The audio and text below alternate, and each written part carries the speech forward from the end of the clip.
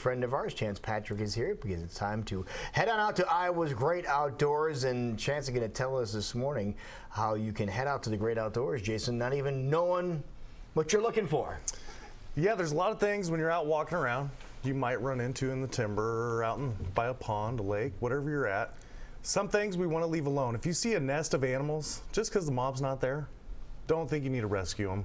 Leave them there, the mom will be back. That's just one of the great things that you're going to run across. You might run into some shed deer antlers. Mm-hmm. You might run. What time of year are you more likely to find these? You're going to find those in the fall when they're going to lose their rack.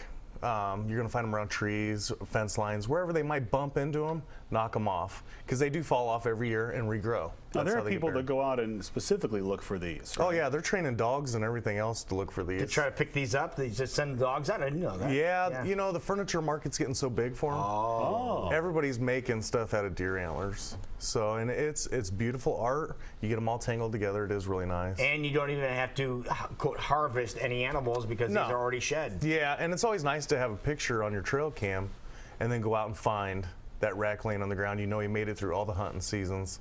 He's still out there. Mm-hmm. So it's always a good find. Mm-hmm. There's so many different things out there. I mean, if you don't get on these quick enough, the squirrels will eat them.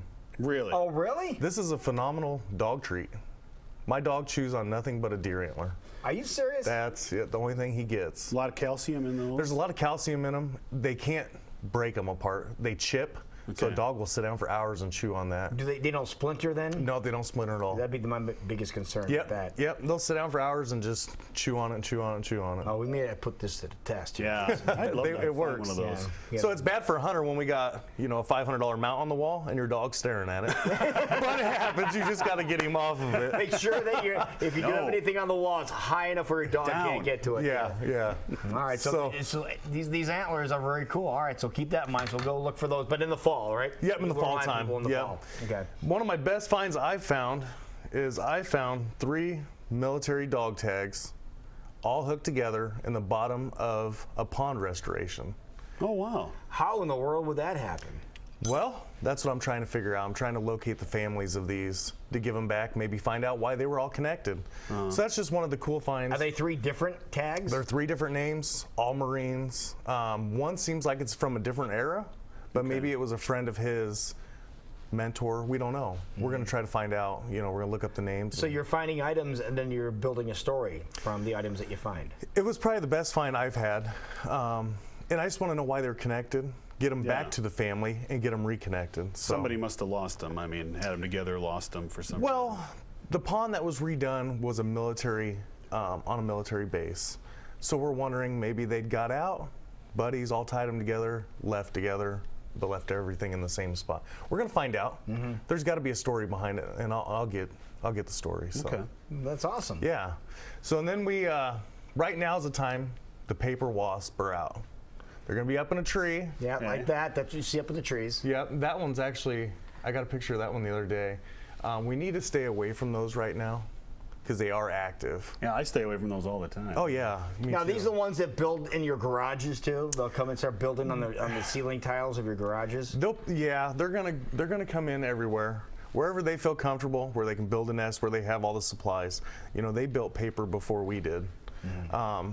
They're very dangerous. They're not an aggressive bee, but if you mess with any bee, you're gonna get stung. Right. So if you run across one of these in the timber, I just say, you don't need to throw a rock at it. Just leave it alone. Look from a distance. I mean, they can't get you. Steer clear. Stay clear. Yep. So there's many things.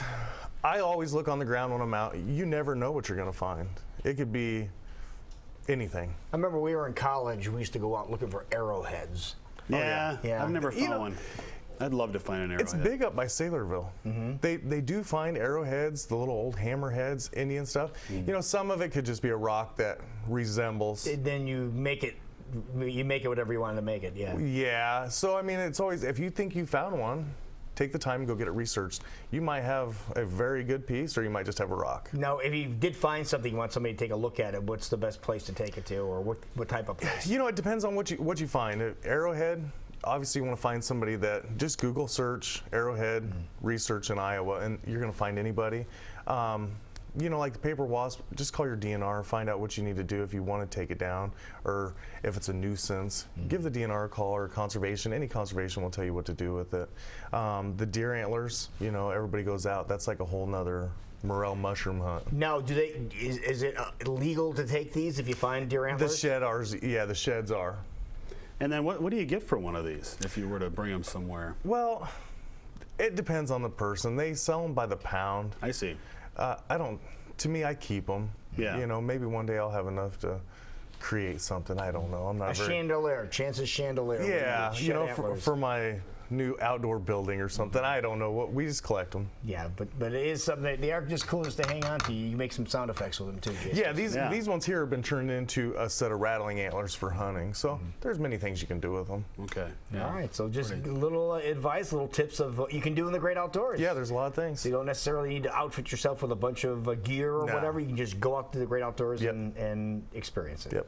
Now, people want to follow you or find out what's going on with you because you're always doing something. You're always fishing somewhere, it seems like. In Iowa, you find all the cool spots. You follow Chance on Facebook, chance.petrix.7. Well done, man. Good job. Thank you. Thank you, sir. Appreciate it. It is 11 minutes before 8 o'clock. We'll be right back. This is a great day.